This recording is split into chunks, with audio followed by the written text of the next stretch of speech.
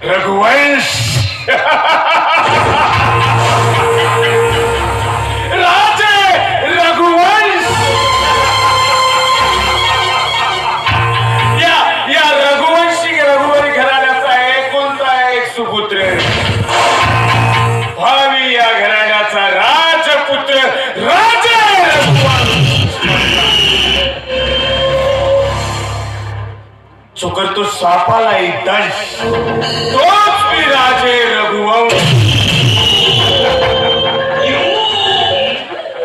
मी किती वाईट कृत्य केलं किती वाईट वागलो तरी आपलं कुणी वाकडे करू शकत नाही अजिबात नाही मी कितीही गुन्हा केला तरी कायदा माझ्या पायाखाली झुकतो तो हा रघुवंश या रघुवंश वाकड कुणी करणार नाही आणि जो कुणी आपल्या वाकड्यात शिरला ना कायमचा मोकळा करतो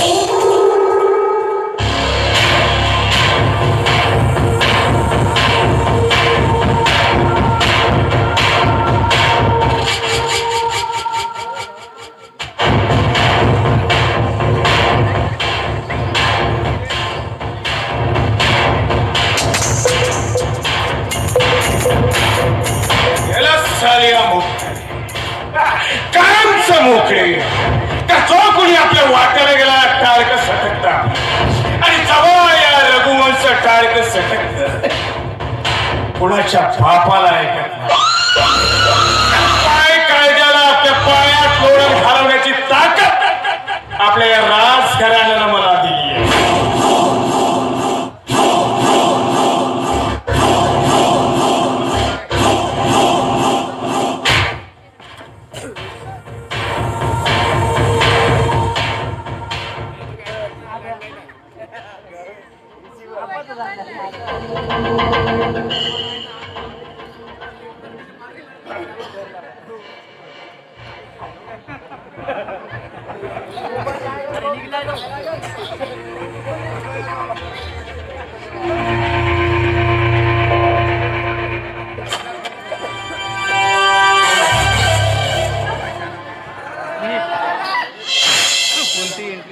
नमस्कार आलीच लवकर उपकार झालेत माझे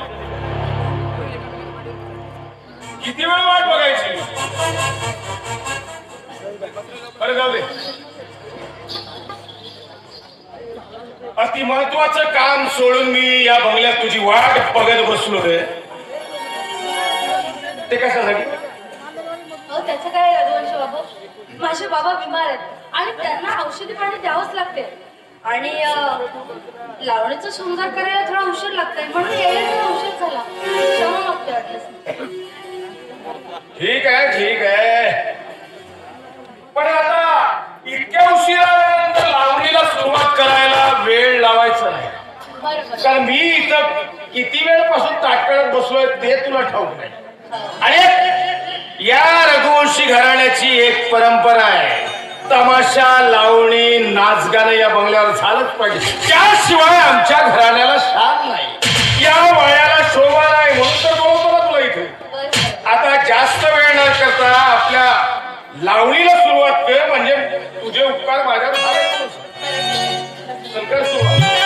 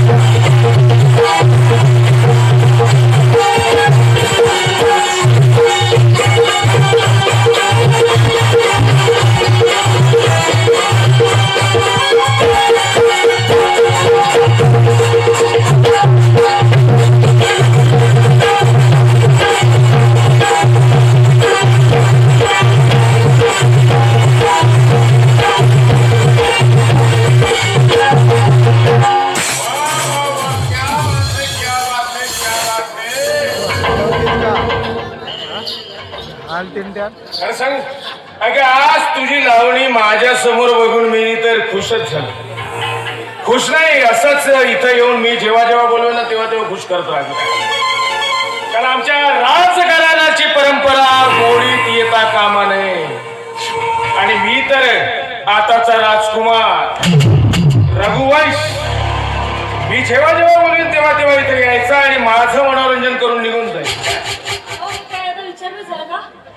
अहो तुम्हीच तर माझं सहारा आहात. अगं माझी तुझी बिदागी जेव्हा जेव्हा खुश करशील ना असेच तुला प्रत्येक वेळेस माझ्याकडून बक्षीस मिळत जाईल. पण नुसतं हे बक्षीस तुझ्या शिक्षणासाठी तुझ्या बापाच्या उपचारासाठी खर्च करायचा हा माझा तुला सांग.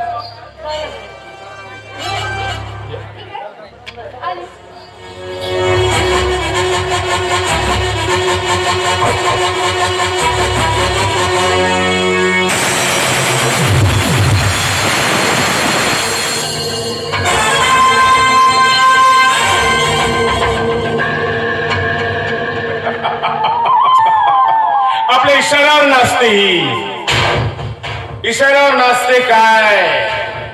पण आज ती आली माझं मनोरंजन करून गेली. पण माझं मन तुझ्यात लागत नाही. माझं मन आहे त्या सपना साली खरंच माझ्या आयुष्यात जर आली असती ना तर आपण तिला तन मन धन सगळं बहाल करून टाकलं असतं.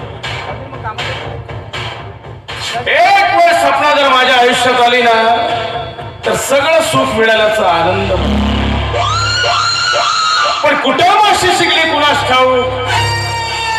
मी तिला लाईक तर करतोच पण किती प्रयत्न केला तरी ती माझ्या जाळ्यात यायला काही तयार आहे. पण येईल येईल येईल येईल एक दिवस आगे उठ पहाड़ के नीचे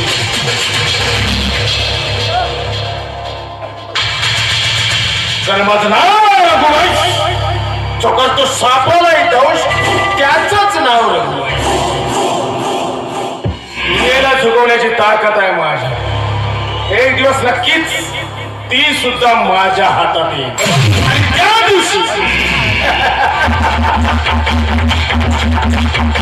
आणि त्या दिवशी हा रघुवंश ठरवेल आलेल्या संधीचं सोनं कसं करायचं. तिथं या रघुवंशचा कायदा तिथं फक्त माझाच फायदा.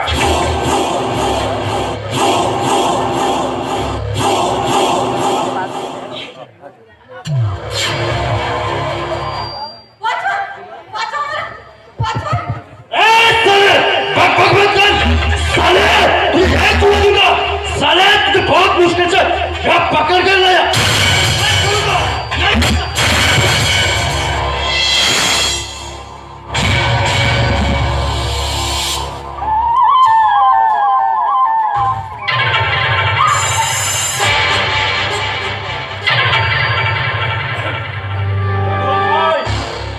मैंने आपका काम कर दिया. अब बाकी का काम तुम्हारा.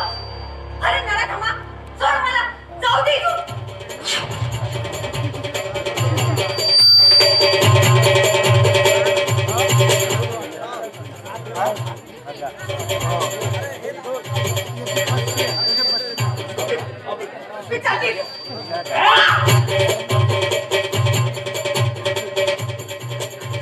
तेरी मौज मजा लूटने के लिए रघुवंश भाई जितनी मौज मजा लूटनी ना उतनी लूट ले.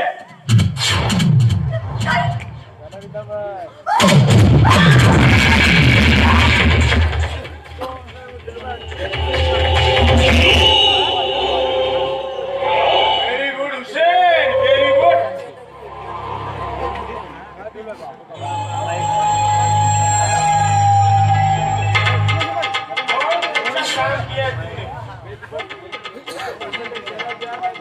नहीं तो मेरा जीना मुश्किल हो गया था रे.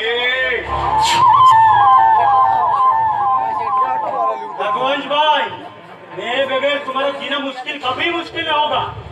अरे तुझे मौज मजा चाहिए और मुझे पैसा सब बराबर. म्हणजे याच्या बोलण्यावर तू हे सर्व केलं. म्हणजे याची करामत आहे ही. हुसेन, हाँ बोल भाई. या कामाचा मोबदला तुला मिळेल. बिल्कुल. तुझी ही मेहनत वाया जाणार नाही. विश्वास आहे ना माझ्यावर. बिल्कुल. भाई काम कोई भी हो मुझे सिर्फ पैसा चाहिए.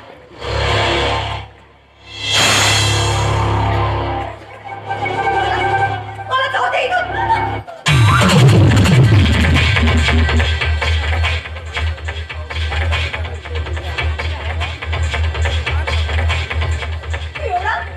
एवढा खाली पडशील मला हे माहिती नव्हतं.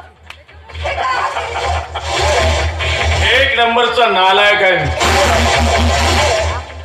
आणि तू जर यातून एक पाऊल जरी समोर टाकलीस ना तंगडे तोडीन तुझे तंगडे. अरे तुम्हाला रोखणारा होताच कोण?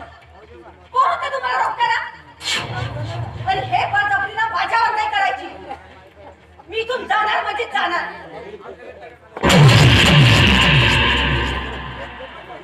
हुसेन, एक काम कर, इसे अंदर डाल. भाई भाई अंदर डालने की कोई जरूरत नहीं क्योंकि बाहर का गेट बंद है. मैं क्या बोल रहा हूँ? मेरा वक्त हो गया अभी मैं निकलता. मेरी हो गई बात. अब पहली बस्ती सपना के साथ. हुसेन, हाँ बोलो भाई. तेरे ऊपर तो मेरा भरोसा है.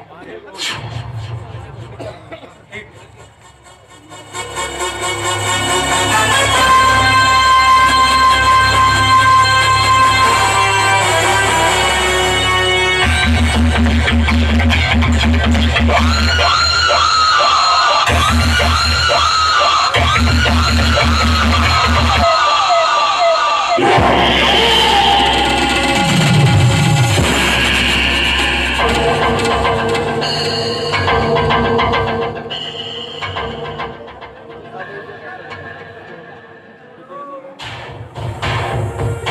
कल्पना.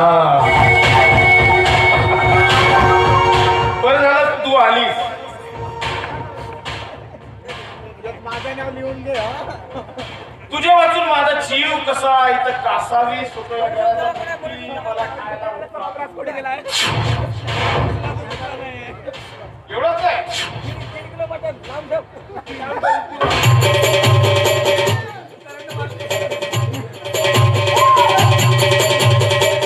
एवढंच नाही. हे बघ, एवढंच नाही तर तू माझ्या भावाची साडी आहे. अगं पर्यायाला माझी साडी आहे. आणि खरं सांगू तुला, तुझ्यावर माझा जीव जळलाय. मग काय करू मी रात्री रोज स्वप्नात माझ्या येतेच भावाची साडी असलीच तरी.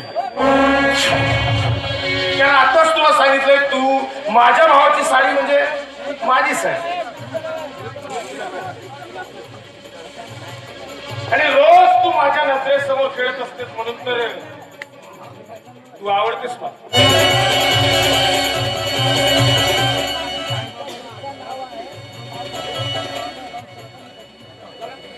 आता फक्त या घरात तुला मला आवडतेस म्हणून मी बोलवतो. आज फक्त आता इथं आलीसच आहेस. घरात कुणी नाही. माझी मोज मजा माझ्या बरोबर मस्ती कर म्हणजे सगळं मिळव. अरे नालाय का तुला मोठ मजाच करायची आहे तर जाणं त्या वेशीच्या कोठ्यावर जा ना. आमच्या सगळ्या मुलीच्या मागे कशाला लागतोय. सांगितलं तुलाच आता मी नालायक आहे. अरे बऱ्या बोलायला तयार झालीस तर ठीक. माझं प्रेम स्वीकारलंस तर ठीक. तुला बायको करायची माझी इच्छा. कधी कधी मला जर जी वस्तू सहजासहजी मिळत नाही ना ती मी जबरदस्तीने मिळवू शकतो. तू तुझी मर्यादा ओलांडशील तर मला पण माझी मर्यादा ओलांडायला वेळ लागणार. पोलिसात जाऊन तक्रार करेल मी तुझी.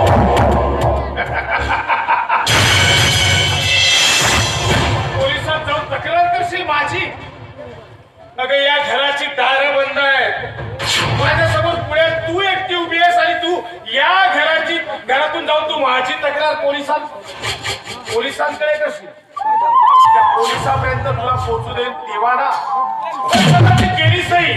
तू कदाचित त्या पोलिसापर्यंत गेलीसही तर स्वतःची बदनाम तू सांगणारच त्यांना.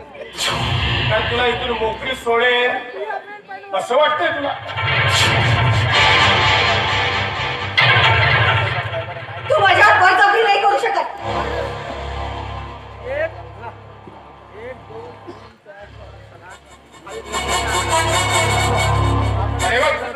तुला आताच सांगितलं मी की मला जी वस्तू मागून मिळत नाही ती मी जबरदस्तीला मिळवण्याचा जर अंगाला हात लावला ना तर याद राख. काय करशील. त्या अंगाला मी हात लावला तर काय करशील. काय करशील तू. तुझ्या अंगाला मी जर हात लावला तर काय करशील. मला बघायचं काय करशील. या घरात फक्त तू आणि मी. मला बघायचंय तुला अंगाला मी जर हात लावला तर काय करणार आहेस. पोलिसात तक्रार करणारच रघुवंश नाव आहे. काय रघुवंश या राजघराण्याचा एकुलता एक राजकुमार रघुवंश. आणि माझं तुझ्यावर प्रेम झाले. आवडतेस तू मला. मला तू नाही आवडत. तर मला माझ्यावर बळजबरी नको करू. इतका खराब दिसतो. अगं बघ माझ्या का राजविंडा देखलाय 6 फुटाचा तरुण तुझ्या समोर उभा आणि तुला आवडत नाही. आणि आधीच सांगितलंय तुला मला जे सहजासहजी मिळत नाही ते जबरदस्तीने मिळवण्याचा प्रयत्न करतोय. आज मलाही बघायचं. अरे बघ मलाही तुझ्यावर जबरदस्ती करण्याचा शौक नाही. मी तुला मागण्याचा प्रयत्न करतो ते तू देत नाहीयेस म्हणून मला जबरदस्ती करावी लागेल कदाचित. विचार कर, होणारा भावी नवरा आहे तुझा मी. तो विचार ना तू स्वप्नातही करू नको. तुला नवरा करण्यापेक्षा मी भिकारी नवरा करेल.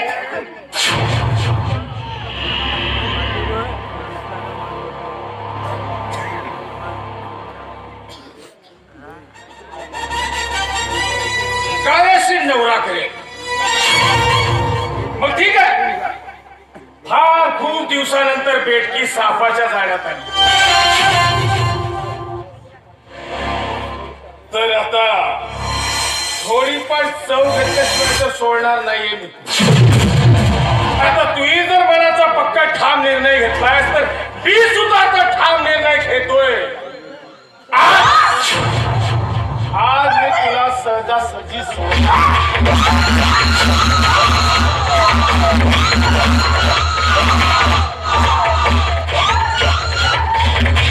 रघुबाई, काय चाललंय हे?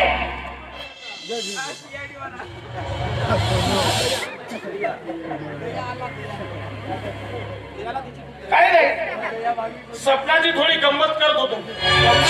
कसली गंमत? अरे एका साध्या घोड्या मुलीशी गंमत करताना लाज नाही वाटत? सुधीर, सुधीर या नीच माणसाने माझ्या आबरू लुटण्याचा प्रयत्न केलेला आहे. वेळेवर तू आला नसता तर माहिती नाही माझ्यासोबत काय झालं असतं. वाह रे शेर, म्हणून आतापर्यंत तू असा कुवारा सांड राहिला आणि म्हणूनच रेड काढून या बंगल्यावर मौज मस्ती करायला येतोस. लाज नाही वाटत?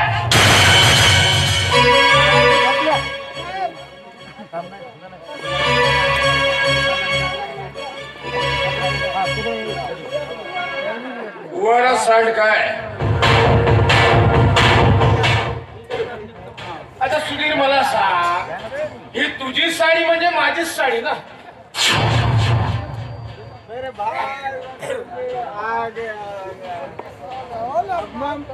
भविष्यात आणि एक सांगायचं झालं तर ही सपना माझी बायको म्हणून या घरात असेल.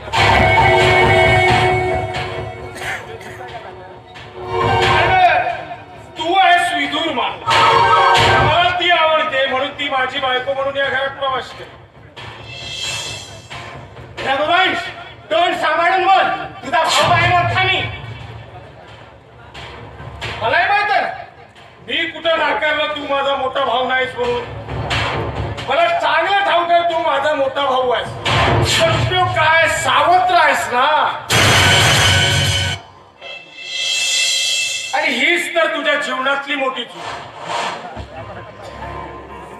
तुला खरं सांगू का, मला ती आवडते आणि तिच्याशी मी लग्न करणार आहे. आज पुन्हा तुला एकदा ठामपणे सांग.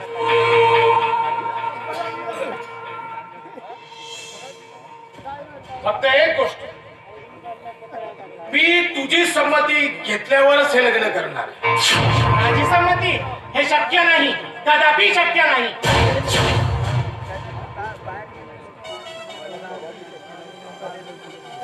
अच्छा, म्हणजे सपनाशी तू लग्न करणार आहेस? होय, करणार आहे मी सुधीरशी लग्न.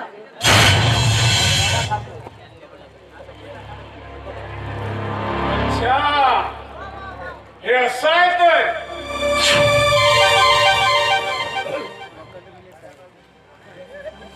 म्हणजे मजनूच्या आधी लैला समोर येऊन सांगते, मी तर आजपर्यंत फक्त साडीच समजत होतो. पण नातं साडीच्या पलीकडे गेलंय हे मला आता ठाऊक झालं.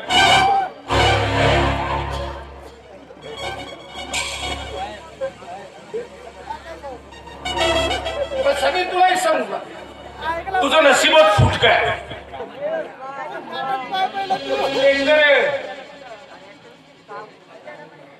तुझ्या नशिबात तुझी पत्नी नव्हती. आता पुन्हा एकदा कशाला लग्न करून तू आपल्या स्वतःच्या नशिबालाच पुन्हा एकदा तपासतो.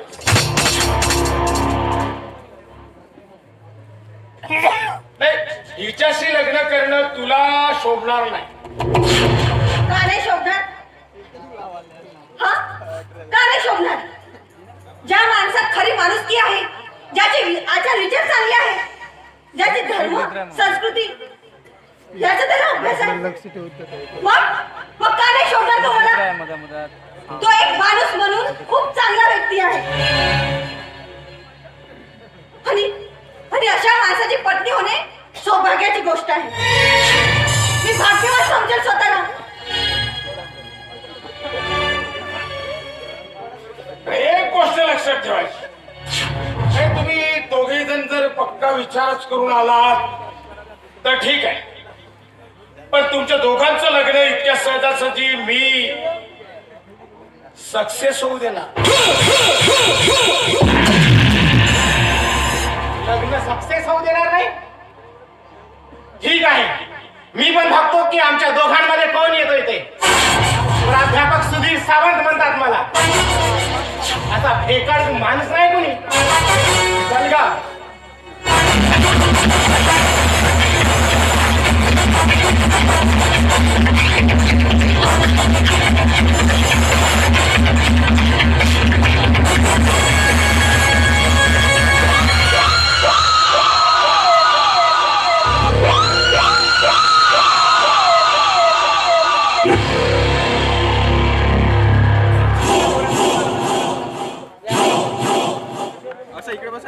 पुन्हा एकदा सलट टाळक सटकलं आणि काय तर साळीशी लग्न,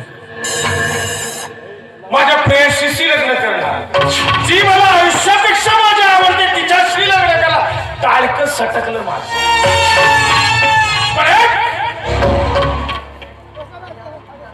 सुधीर, तुझी ही साडी मी माझ्या आयुष्यासाठी निवडतो.